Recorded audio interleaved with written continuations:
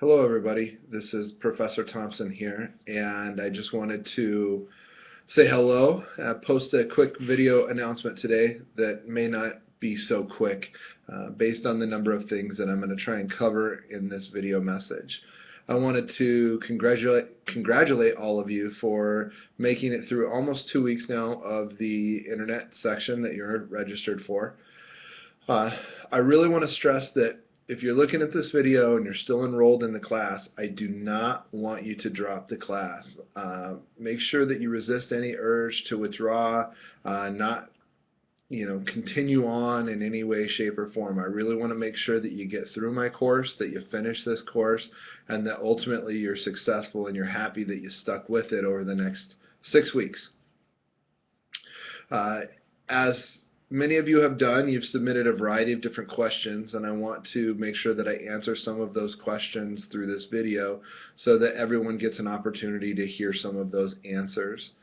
I want to let you know that over the last few hours I've really been updating some different things within the grades section of the course, and so almost all the grades should be up to date and current for your section.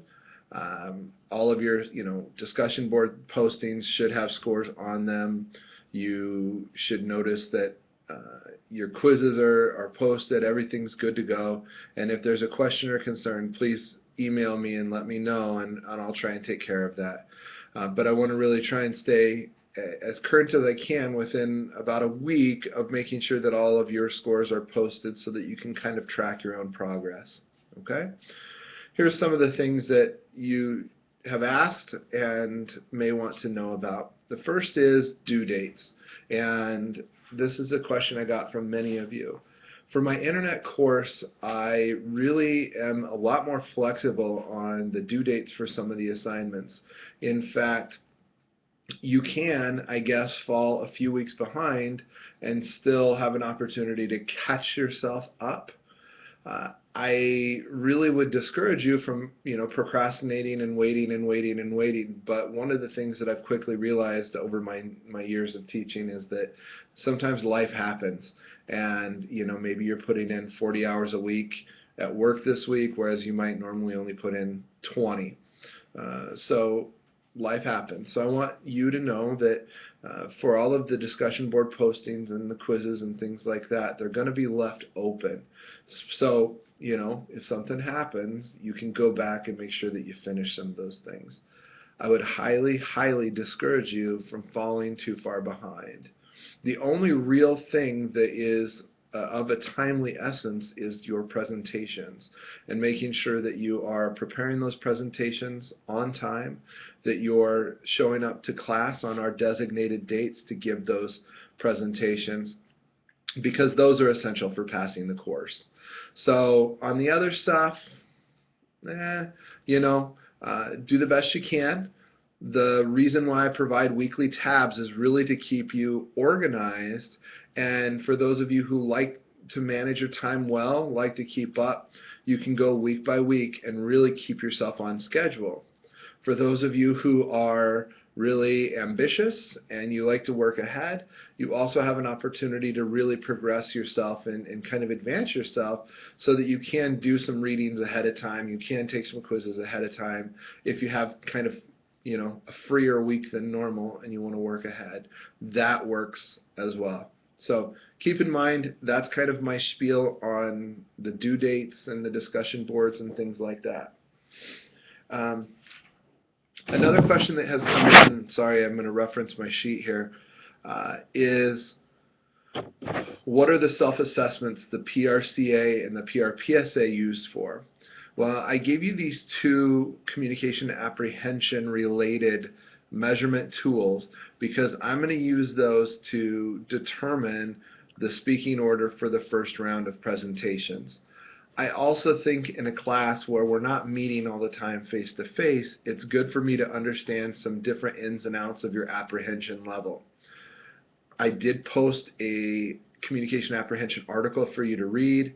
You have kind of guesstimated in a discussion board posting on a scale of 1 to 10 what your kind of apprehension level is in your own mind. But these reliable and valid scales that we use within the communication field.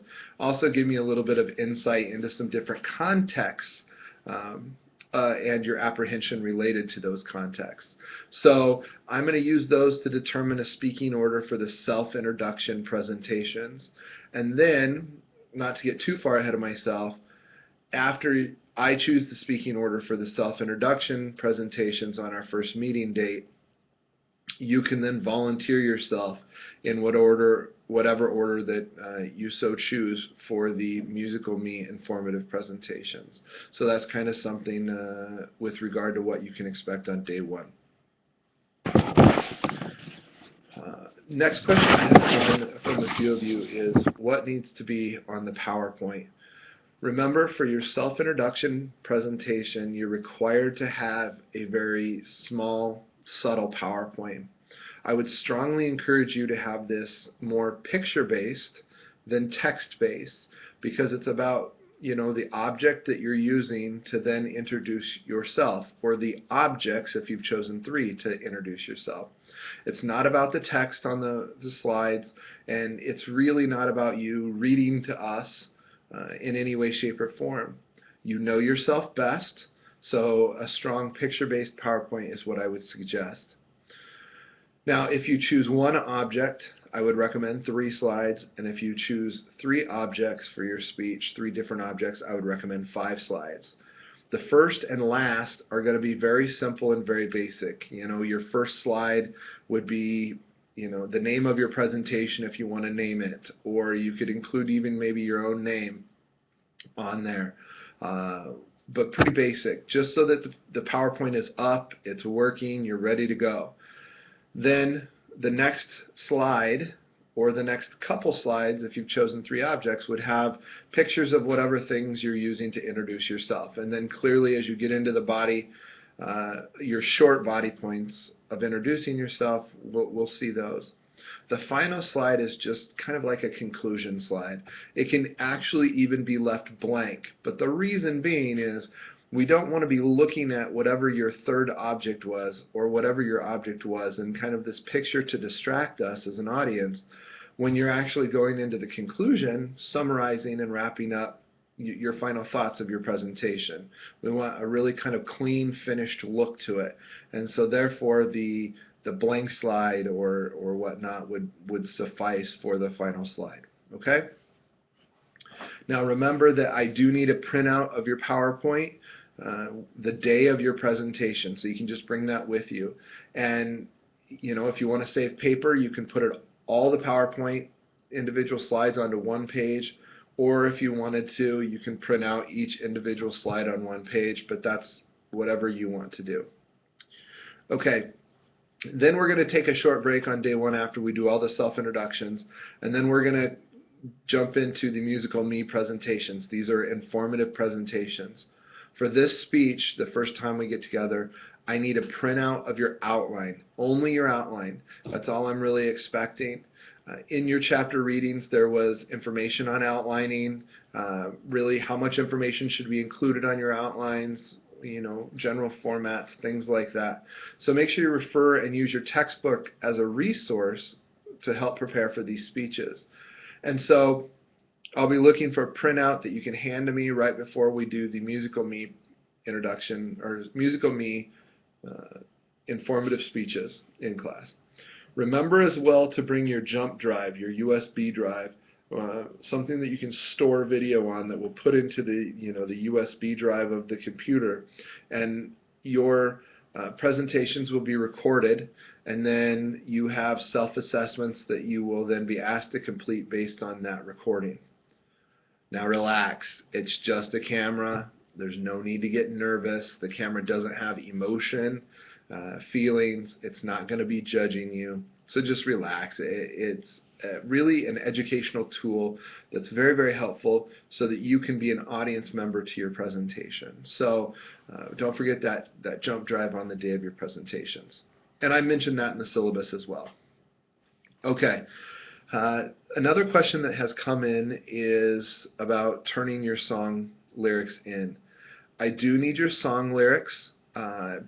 before we actually come to class. So please make sure you email me in your song lyrics in a one-page attachment, and that is clearly listed on the requirement sheet. So one-page attachment, your lyrics if you haven't done so already. The other question that has come in is about the technical advisor component of the presentation. If you go to your Blackboard screen and you go to the left-hand side and you scroll down underneath the tabs, I've added a tab that says My Groups. If you click on the My Groups tab, it'll list a thing that says Class Email Technical Advisor. You can click on that and it will give you email access to email every single person in class. You can read the self-introduction presentations, and maybe there's somebody that you read about in the self-introduction discussion board that you think might be able to help you out, was interesting, seemed nice. Contact that person or people via email, and that you have access to do that so that you can maybe create a discussion between you and them about being technical advisor for that day of presentation. Maybe even let them know what song you're doing, what part you're going to have them play, so on and so forth. Now, if you kind of forget or you run out of time to do that, you can always talk to somebody right before class and make sure that you kind of straighten that out in the hallway or something before we start our first day. Really low pressure, low key. It's not a real stressful responsibility, so don't get worked up or overwhelmed by it. It's an easy thing to do. But I just am discouraging and really trying to prevent any of the speakers from running their own technology in the presentation. So make sure you find a technical advisor. You can be the technical advisor for more than one person. So don't feel like you can only do it for one person or you're going to just be partners or something. We could have one of you run 5, maybe 6 people's music during the course of a class, and that's okay. All right, so I think those are some of the core questions that I've really seen the most. I want to encourage you to keep getting involved and make sure that you keep posting your discussion board items and you're responding to different things. Keep reading your chapters, keep doing your chapter quizzes. This course is very self-paced. It's based on your self-motivation, and it's also based on the fact that you're applying the reading from the textbook into the course. And that's what it's really all about when you're doing a speech in an online environment, okay? If you have questions or concerns, please contact me as soon as possible. I've tried to really respond as quickly as I can to some of you, and hopefully you're getting the feedback that you're looking for. But continue to stay in contact with me, and I look forward to seeing you all real soon. Have a great afternoon, have a great evening, have a great morning, at whatever time you happen to view this video. All right?